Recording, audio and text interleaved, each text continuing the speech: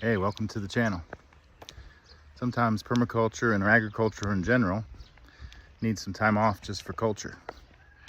It doesn't necessarily mean off time from work or even from caring for plants, but time to take a walk, to hear the birds, to say a prayer, to get back toward gratitude.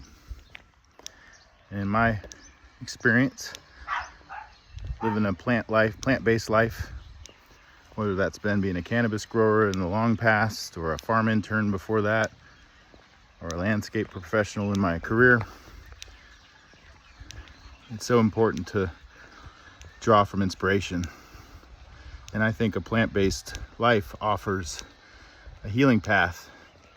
So whether you're just growing some strawberries and lettuce in your backyard, or whether you're trying to turn a side yard or a couple acres on your property or a friend's property into something productive like a food forest orchard, as I walk by bananas, the abundance is here for us on the planet.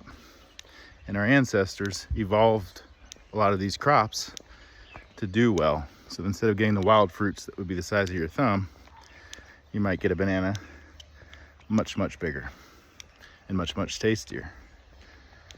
And so looking to ways that we can have a plant-based lifestyle is an opportunity to use these thumbs, use these hands, and do something. So I challenge each one of y'all, if you have some free time and you got a 10 foot by 10 foot area of your side yard or your front yard or wherever, cultivate it, break it up, expose it to the air and the light, pick it with a hoe or something similar. I like to use a mattock. And once it's cleared, inventory what you could put there by taking a walk around your neighborhood. And that way you can see what is working, what's growing. And it requires you to get your steps in too.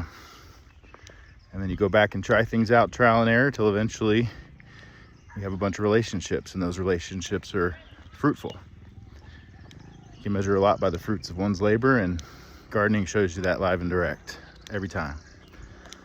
So yeah, those of you out there that are feeling any sort of issue with productivity or self-worth, or what to do with one's time that's not a negative asset but instead a productive asset, turn toward gardening. You can clear fallow field. That's a prep step. Once it's prepped, you could level it out and prepare it and amend it. And once it's prepared and amended, you can plant it and end up with a 30-year food forest, perhaps, depending on where you're at with things. It's all about jumping in with these thumbs. The way I see it, God gave us opposable thumbs to be able to change the landscape we live on and alter it. And by working with natural principles, which is what permaculture and any indigenous gardening practice would espouse, would be to work with the patterns of nature and work with the scale and work with the local resources to produce something that is site appropriate. And by being site appropriate or adapted to its region, you give it a better chance of survival.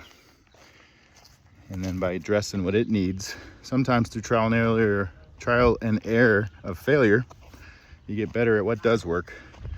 Or perhaps you plant a big group and only a few make it the first year. That's okay.